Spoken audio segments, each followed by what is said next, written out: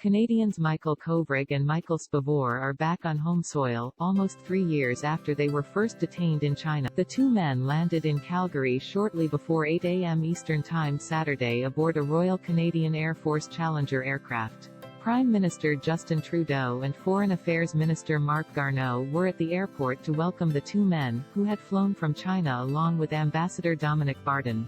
Trudeau announced Friday evening that the two were out of Chinese airspace, just hours after the extradition case against Huawei executive Meng Wanzhou was dropped.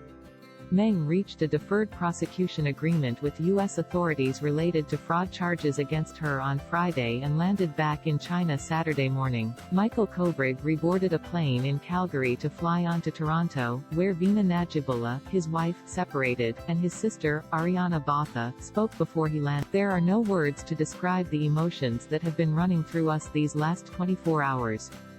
Joy, relief, overwhelming gratitude for everyone who has worked to make this happen," Najibullah said. She said she had spoken over the phone with Kovrig while he was in Calgary and said he felt it was like coming into another world. Kovrig spoke briefly to reporters after he landed early Saturday afternoon, saying he felt fantastic. Kovrig, a diplomat, and Spavor, an entrepreneur who worked in North Korea and China, were first detained in December 2018, just after Meng was arrested in Canada on behalf of U.S. authorities. Their detention is widely considered to be a retaliatory action in response to the Huawei executive's arrest. "Sorry for the inconvenience caused," Meng. Chinese authorities had consistently denied that the cases were linked. In a statement Saturday, China's foreign ministry said the charges against Meng were purely fabricated.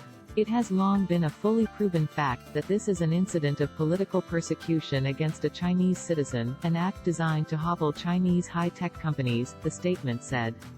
Story continues. Spavor was found guilty of spying and sentenced to 11 years in prison and deportation by a Chinese court in August. The trial for Kovrig concluded in March, but he had not yet been sentenced. Watch Huawei executive Meng Wanzhou arrives in China speaking Friday outside a Vancouver courthouse after her extradition case was dropped. Meng thanked the court and the Canadian government for upholding the rule of law. "I am also grateful to the Canadian people and media friends for your tolerance. Sorry for the inconvenience caused," she said. Meng spent her time in Canada under house arrest at her multi-million-dollar home in Vancouver, in stark contrast to Michael Kovrig and Michael Spavor, who endured poor conditions in detention and whose legal processes were criticized by Canadian officials. Foreign Affairs Minister Marc Garneau said Spavor's sentencing followed a mock sham trial. "Timing shows clear link between cases. Experts say the timing of the releases of Meng and Spavor and Kovrig show China clearly saw a connection between the two," several diplomats and foreign policy experts told CBC News.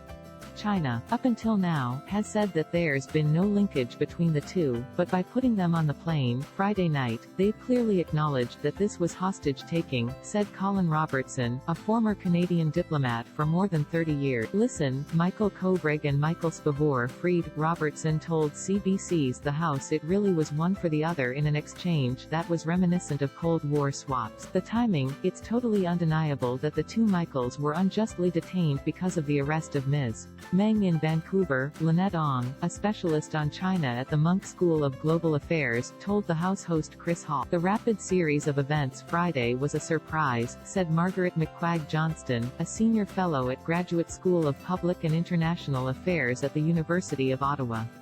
Watch Michael Kovrig and Michael Spavor are back in Canada. She noted that Spavor's and Kovrig's detention had already sent a message to other countries that if they cross China, then Beijing will just pick up a couple of their citizens and hold them hostage. And that's a chilling message for other countries to be receiving today. Robertson said Canadians should give significant credit for the release of the men to U.S. President Joe Biden. As the Prime Minister said, this was the top issue in terms of Canada-China relations, but also a top issue in Canada-U.S. relations, he said. President Biden has delivered now for Justin Trudeau. Watch, Kevin Garrett reacts to return of Michael Kovrig and Michael Spavor changed relationship with China. The release of the two men was enthusiastically welcomed by Canadian politicians late Friday. Trudeau has said the return of the so-called two Michaels has been a top foreign policy priority for the government. David Morrison, a foreign affairs and defense advisor to the Prime Minister, and Kirsten Hillman, ambassador to the United States, were both deeply involved in the efforts leading up to the release of the two Michaels. But the Prime Minister deflected questions Friday about how the return on the two men would affect Canada's relationship with China. Guy Saint-Jacques, who served as Canada's ambassador to China from 2012 to 2016, said it is impossible to ignore China, given its strength and importance in the world, but the approach should be strategic and restrained. The message to China is simple, it's we have no problem with you being a superpower. But as long as you respect international treaties, international obligations and you don't engage in bullying tactics, he said. Ong said she believes the relationship with China has been permanently damaged. She said public opinion in Canada has turned decisively against China and a return to normal would be very hard to execute. I don't think Canada-China relations could actually be repaired. We're living in an entirely different world.